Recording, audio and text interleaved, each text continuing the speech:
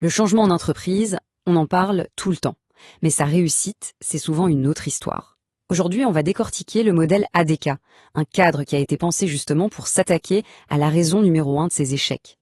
Pour bien saisir l'enjeu, commençons par un chiffre qui fait un peu réfléchir, 70%. Voilà ce que ça représente. C'est le pourcentage assez fou de transformations en entreprise qui n'atteignent pas leurs objectifs. La grande majorité des gros projets n'aboutissent pas comme prévu. Mais la raison n'est pas celle qu'on croit. Ce n'est pas un problème de technologie ni de stratégie, non. C'est un échec purement humain. Les sources sont claires là-dessus, on peut avoir le plan le plus parfait du monde. S'il ignore les personnes au cœur du changement, il est voué à l'échec. C'est vraiment là que tout se joue. Alors, pourquoi cet échec est si fréquent? Eh bien, c'est souvent parce qu'on ne regarde pas au bon endroit. On a tendance à imaginer le changement organisationnel comme un énorme bloc qu'on déplace d'un point A à un point B. Mais en réalité, c'est la somme de plein de petits changements individuels qui ont réussi. C'est l'idée fondatrice de modèle ADKAR qui a été développée par Prosci après avoir analysé des centaines d'entreprises. Et ça nous amène à un changement de perspective qui est radical. La vraie question, ce n'est plus comment on change la boîte, mais bien comment on aide une seule personne à changer. Ce simple recadrage, c'est la clé de tout. On passe d'un ordre qui vient d'en haut à un véritable accompagnement individuel. D'accord, mais alors, il ressemble à quoi ce fameux parcours individuel? C'est là que le modèle ADKAR nous donne une feuille de route très claire. Ce parcours, il se découpe en 5 étapes bien précises qui doivent se faire dans l'ordre. Chaque personne doit passer par ces 5 jalons pour qu'un changement soit vraiment adopté. C'est le fameux acronyme ADKAR.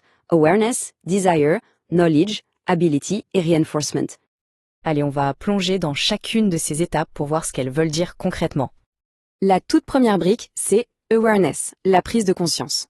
Avant toute chose, une personne doit comprendre pourquoi le changement est nécessaire. Pas juste l'entendre, mais vraiment comprendre en profondeur les raisons business derrière, la logique, l'urgence, bref, le pourquoi. La question centrale, c'est donc, pourquoi c'est absolument impératif de changer maintenant? Et cette étape, elle est massivement sous-estimée par les organisations. Ce qui nous amène à un paradoxe assez fascinant. Regardez bien ce graphique. Quand on demande aux pros du changement quel est leur plus gros défi, seuls 9% répondent la prise de conscience. Mais quand on pose la question aux employés, 70% disent que la raison principale de leur résistance, c'est justement qu'ils n'ont pas compris le pourquoi. C'est énorme comme décalage. La direction pense communiquer, mais en bas, le message ne passe pas du tout. Une fois que le pourquoi est compris, on passe à un obstacle bien plus personnel, le désir. Ce n'est pas parce qu'on a compris intellectuellement qu'on a envie de participer. Et là, la question devient très intime. What's in it for me? Autrement dit, et moi, là-dedans, qu'est-ce que j'y gagne? C'est le moment où l'objectif de l'entreprise doit se connecter à une motivation personnelle. Une opportunité, un travail plus simple, la sécurité de l'emploi. Et attention, ce n'est pas une étape facile. Loin de là, pour 69% des praticiens, c'est même la plus compliquée de toutes. Et pourquoi? Tout simplement parce que le désir, c'est un choix personnel. On ne peut pas forcer quelqu'un à vouloir, on peut juste créer les conditions pour que cette envie émerge. Bon, si la conscience et le désir sont là, la personne est enfin prête à passer au côté pratique, la connaissance, le knowledge. C'est le comment on fait. La question devient alors, de quoi j'ai besoin pour y arriver? Quelles sont les compétences à acquérir? C'est là que les formations, les tutoriels, la documentation entrent en jeu. C'est la boîte à outils intellectuelle du changement. Mais attention, il y a une différence énorme entre la connaissance et l'étape suivante, la capacité, ability. Savoir comment faire quelque chose en théorie et être capable de le faire en pratique sous pression, ce sont deux choses très différentes. C'est comme lire un livre sur la natation versus sauter dans le grand bain. La personne doit pouvoir se dire « Ok, est-ce que je suis vraiment capable d'appliquer ça dans mon quotidien ?» Et ça demande de la pratique, du coaching, des retours et du temps, tout simplement. Le temps que ça devienne une seconde nature. Et enfin, même quand la personne est capable, le travail n'est pas fini.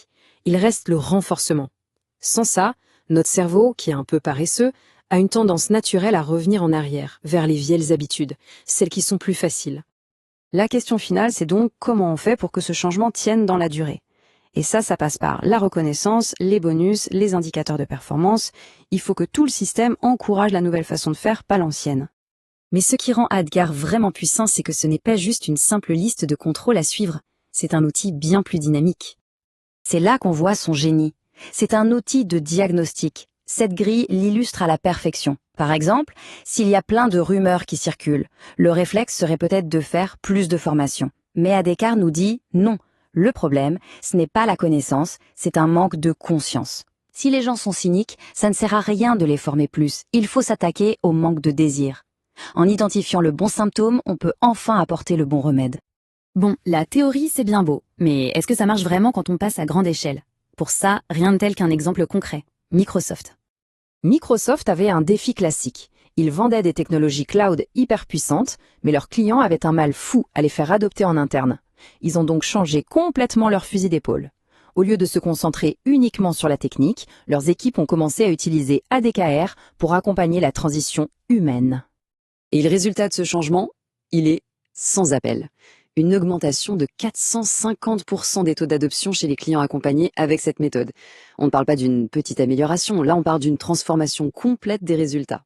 Le succès a été tellement flagrant que Microsoft a investi massivement pour que cette compétence soit maîtrisée en interne. On parle de milliers d'experts certifiés et de dizaines de milliers de collaborateurs formés.